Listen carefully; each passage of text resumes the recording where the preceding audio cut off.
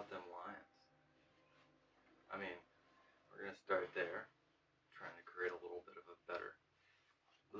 format, even though still the production values aren't going to be there for a minute, and still the primary goal of this is to create a daily, record of my whatever. And but yeah, how about them Lions? It's a great game by Jared Goff. We got to see wonderful pass by Amon-Ra St. Brown to Jared Goff. I mean, it's a good game. Yeah. Also, really, I mean, Geno Smith played well. It was, and then what else? Oh yeah, we'd like to see less penalties from Terrion Arnold, right? That would be nice to see.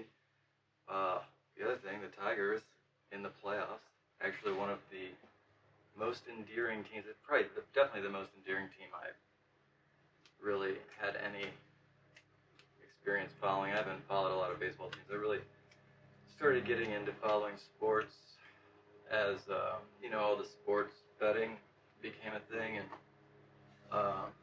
it was like a good opportunity to try to bond with my dad while also kind of accessing some of the statistical and mathematical skills I have. I've done really quite well sports betting, but I've had to pull all the money out, and so I can't continue betting. I'd like to, because I'm up quite a bit, but most people aren't up actually, and it took a lot of effort. I mean, I mock bet for months and months and months before I actually started betting, and comparing my system betting to like hunch betting or like home team betting, yeah, definitely, if you are going to gamble, develop a system, use low stakes, see if the system works. I would suggest only if whatever you're going to put in, make sure it's a very trivial amount, and bet only a fraction of that to test whatever you're doing out, so that you don't lose anything. Now, if you're onto something, then only play with the money that you've already put in. You can, yeah. The thing is that they have really cornered a lot of the good systematic methods that I developed for increasing the payout without increasing greatly the risk. So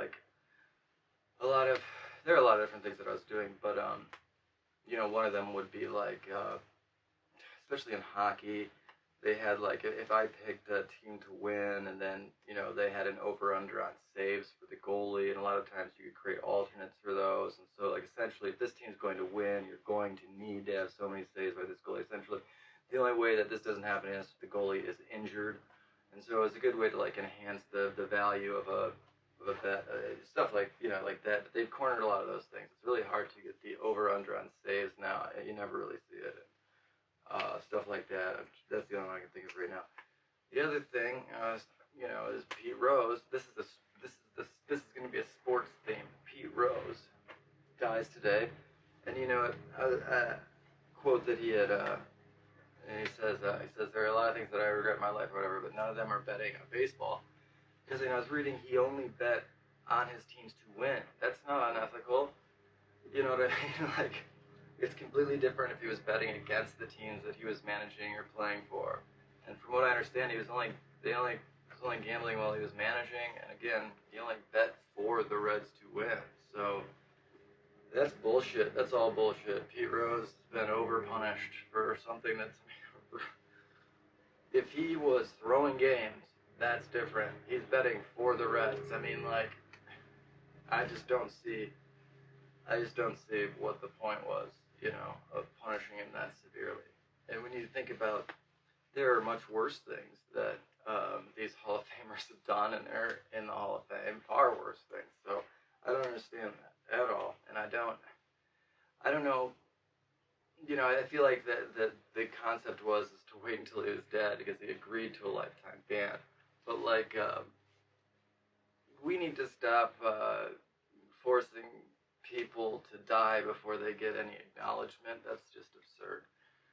You know, and also he did embody a lot of positive attributes of baseball. There are a lot of positive things to the culture of baseball, and really, sports in general.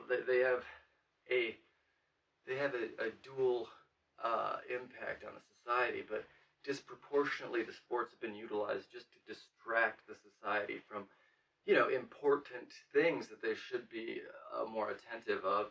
But rather than paying attention to those things, they're distracted by sports. And I'm not saying irrationally so. There are multiple reasons why people are distracted by sports. I mean, one, it's like the living vicariously through someone. It's kind of like a parallel of the primalistic desire for battle or whatever the hell. And in addition, though, the catharsis, you know, that it offers, because again, the nation is so awash in an intuitive feeling that the country is on a bad trajectory, and so that can become overwhelming, and so people seek to escape that feeling. So sports can offer that, but the problem is that sports right now are really allowing it. I mean, the fact that the sports coverage is robust, but we don't have any meaningful, really no meaningful coverage of, geez, even national politics. We don't have meaningful coverage of national politics. I mean, if you don't do very, very significant due diligence to find out what the policy stances are of these politicians running for positions, national positions, you know, like obviously president, but even like the congressional positions, you know, you have to do a significant amount of due diligence to see any policy. And then when you read the policy and you look at, like, take candidates, incumbent candidates, look at their policy proposals in the past that they have written up or that they have espoused in some means, and then correlate that with what they actually enacted in Congress, if they did anything at all, or what they voted on, and you'll realize quite quickly that, you know, very few, if any, of these politicians' policy proposals or their positions are really relevant once they're elected. And you can go into, who did the study on the, essentially, gosh, what was it? I'm trying to, I wish I could remember, but there are actually multiple studies on this, the correlation between the public opinion and public policy. They found, gosh, I wish I remembered. It's actually two different studies. They found no correlation between public policy and public opinion, but a direct correlation between donor class opinion and public policy. So essentially, what is driving policy is exclusively the donor class, and the donor class being the ultra-wealthy individuals that donate a majority of the funds to modern major campaigns. And that has eroded society so immensely, and it's created a feedback loop of corruption. And because the corruption is just so blatant, they also need to continue to misinform and distract you